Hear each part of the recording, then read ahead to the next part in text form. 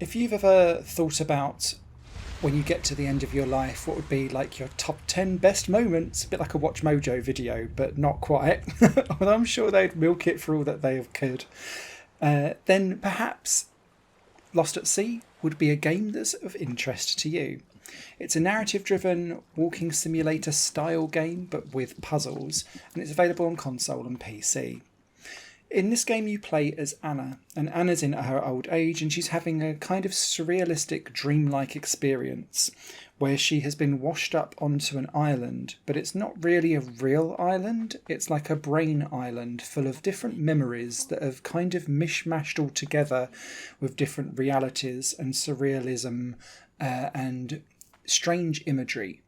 But these memories are out of place, almost a little bit like Alzheimer's, I would kind of say in a way, where there are certain parts of the memory missing. And so what you'll be doing is walking around the island, trying to, with your compass, find different elements of the memories that are missing, solve puzzles to gain back that memory, and then take it back to its location so that you can then fix the memory and relive it. It's a really nicely put together tale that is beautifully colourful and vibrant, and I love the way how the imagery, particularly in the memory sequences, is put together. There's different stages of your life that you're looking at. So you've got your childhood, your like adolescent teenage years, your adult life, and then your old age life. And the idea with this is that when you're in the child's world, like you've got ginormous teddy bears everywhere and building blocks and all of that kind of stuff. I've really liked the teenage style thing because it's loads of school buses like hanging out of trees and like crashed into swamps. You know what it's like when you're a teenager. It's like everything in the world is like, oh my god, you can't believe this. It's so over dramatic and overwrought in a car crash. It kind of evokes that. Then you get into your adulthood life and it's a nice suburban house, but things aren't quite all what they seem as well at the same time. And then you've got your old age, which I'll kind of leave for you to discover at the end, because it's kind of like the piece de resistance where everything kind of all comes together story-wise. In order to retrieve these different memories, you have to solve different puzzles. And one of the very few downsides that I have with Lost at Sea is that these are all explained without any interaction or idea about how you're supposed to solve a puzzle. Some of them you can kind of understand from watching patterns, and if you get it wrong and you fail, you kind of loop back to the beginning of the puzzle and start again. So you can do a bit of trial and error. But some of them kind of were a bit obscure and I didn't quite understand. And so whenever I find that game design does this, oh, we don't use text or narratives or anything like that whatsoever, sometimes you have to really identify either by visual or audio cues what on earth you're supposed to do. Now, these puzzles actually, when you get going, aren't hard at all. But it's just sometimes you have to think, well, what is it that I'm supposed to do here? Because quite often it's around trying to find like these orby light sparks of DNA. And that kind of guides what you want to do. But some of the puzzles require a little bit more of that, beyond that, sorry. And that's where it gets a bit confusing. It reminded me a little bit of Everybody's Gone to the Rapture, where you have to collect these orbs of light and then like darkness descends on the island when you've completed sections. And then you follow like this alien-y light around to like light paths around you. And I really liked that focus on it.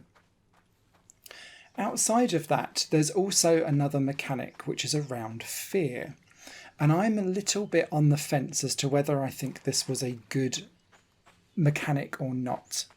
I wanted to get lost and explore the island because the island is beautifully put together. But the moment that you stay still, fear starts to seep in, and it's primarily tied to the sea and water, and the story will explain why.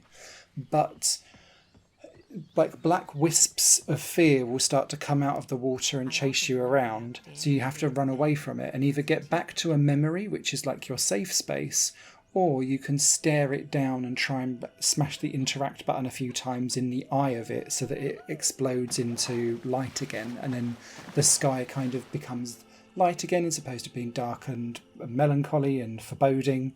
It's a really nice visual concept. What it does do, though, is completely break up the gameplay, and that's where it started to get a bit annoying for me, because if you don't quite trigger the memory to explode, it catches hold of you and then it just respawns you back to wherever you last started or finished a memory from. So you lose time kind of having just to retread old ground again. And because they seem to kind of appear at random if you're constantly moving as well, it just breaks up the gameplay.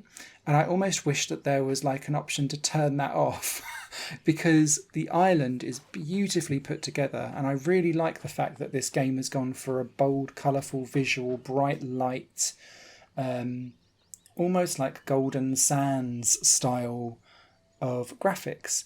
And it's beautiful to have that level of visual oomph on the screen, but you aren't able to sit back and enjoy it because as soon as you do, the dark skies come over and this fear comes out of nowhere and you're like, no!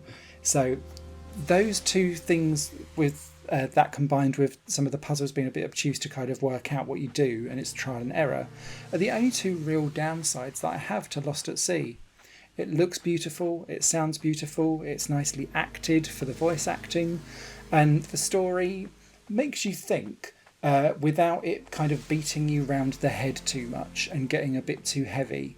It does deal with some complex themes, so if people aren't looking to think about, I guess, minor spoilers, but death as a concept in general, and like looking back on your life, and your key decisions that make you become who you are, then perhaps this might not be a great story for you to dive into. But I found it engrossing and interesting and started to think about, I wonder what key memories I would like to revisit at the end of my life to go, do you know what, those were good days, or memorable days, or days that made me who I am.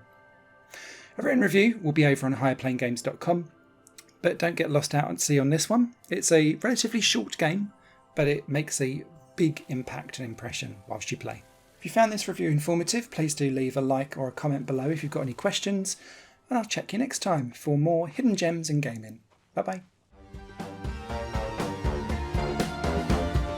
Higher Plane Games is part of the Higher Plane Network, a completely independent media outlet supported by people like you. The goal is to create the best possible content that cultivates a richer indie scene for games as well as music and entertainment. To find out more and to get involved, visit patreon.com/higherplane-network. Your support makes all the difference, and in return you'll gain access to bonus content and downloads. Thank you for watching.